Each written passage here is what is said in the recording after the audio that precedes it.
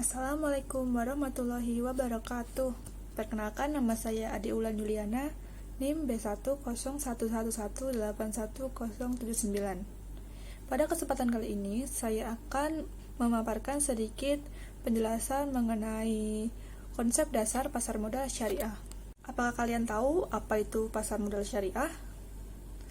Pasar modal syariah adalah kegiatan pasar modal yang tidak bertentangan dengan prinsip syariah di pasar modal. Pasar modal syariah bersifat universal. Oleh sebab itu, pasar modal syariah dapat dimanfaatkan oleh siapapun tanpa melihat latar belakang agama, suku, dan ras tertentu. Pasar modal syariah merupakan bagian dari industri pasar modal Indonesia. Secara umum, kegiatan pasar modal syariah tidak jauh berbeda dari pasar modal konvensional. Yang membedakan yaitu terletak pada penerapan prinsip.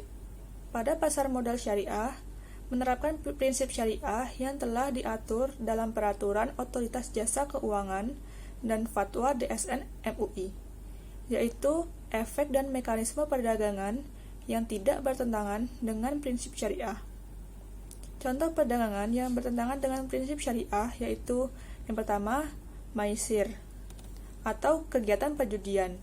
Yang kedua yaitu gharar, yaitu ketidakjelasan, dan yang ketiga yaitu riba, atau mensyaratkan kelebihan pengembalian berbentuk bunga.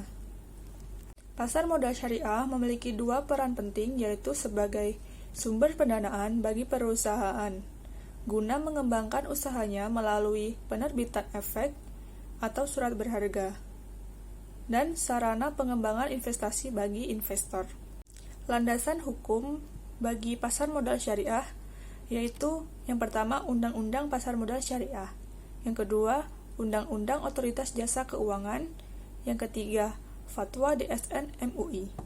Pasar modal syariah memiliki beberapa surat berharga atau efek syariah.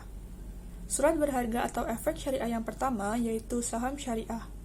Secara konsep, saham tidak bertentangan dengan prinsip syariah karena saham merupakan surat atau bukti penyertaan modal kepada perusahaan dan investor yang akan mendapatkan bagi hasil berupa dividen. Namun demikian, tidak semua saham dikategorikan sebagai saham syariah.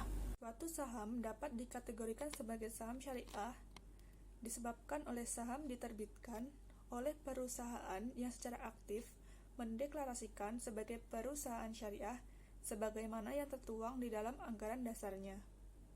Disebabkan pula, saham yang diterbitkan oleh perusahaan tidak menyatakan kegiatan usaha sesuai syariah, namun perusahaan tersebut memenuhi kriteria syariah sehingga dapat ditetapkan sebagai saham syariah oleh Otoritas Jasa Keuangan dan pihak penerbit daftar efek syariah. Untuk dapat disebut sebagai saham syariah, perusahaan penerbit harus memenuhi dua kriteria. Yang pertama yaitu kriteria kegiatan usaha, yang mana kegiatan usaha tidak boleh bertentangan dengan prinsip syariah. Lalu kriteria rasio keuangan yang terdiri atas rasio utang berbasis bunga terhadap total aset perusahaan yang tidak boleh lebih dari 45%, dan rasio pendapatan non-halal terhadap pendapatan tidak boleh lebih dari 10%. Surat berharga atau efek syariah yang kedua yaitu sukuk. Sukuk merupakan bukti kepemilikan yang mewakili bagian yang tidak terpisahkan atas aset tertentu yang mendasarinya berupa aset berwujud, nilai manfaat atas aset berwujud, jasa, aset dari proyek, dan kegiatan investasi yang telah ditentukan. Sukuk diterbitkan menggunakan berbagai pilihan akad, antara lain ijarah atau sewa-menyewa, lalu mudarabat dan musyarakah atau kerjasama, lalu istihna dan salam atau jual beli dengan pemesanan. Surat berharga atau efek syariah yang ketiga yaitu reksadana syariah. Reksadana syariah merupakan salah satu jenis investasi kolektif yang dikelola oleh manajer investasi yang telah memperoleh izin dari Otoritas Jasa Keuangan. Karakteristiknya berupa adanya pihak yang melakukan pengawasan, kesyariahan, serta adanya mekanisme pembersihan harta non-halal dalam dana kelolaan. Surat berharga atau efek syariah yang terakhir yaitu efek beragun aset syariah. Efek beragun aset syariah terdiri dari aset tidak likuid, kumpulan pembiayaan, dan aset likuid yang tidak bertentangan dengan prinsip syariah. Terdapat beberapa jasa layanan pada pasar modal syariah, yaitu layanan sistem online trading syariah atau SOTS.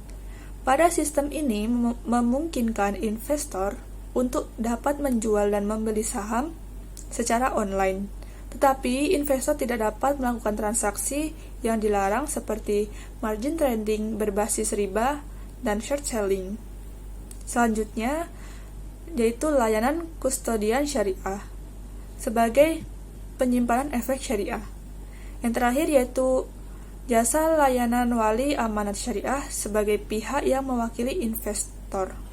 Dalam melakukan investasi di pasar modal syariah, investor dapat membeli produk syariah di tempat yang menyediakan produk syariah, seperti perusahaan efek, bank, kantor pos, dan pegadaian.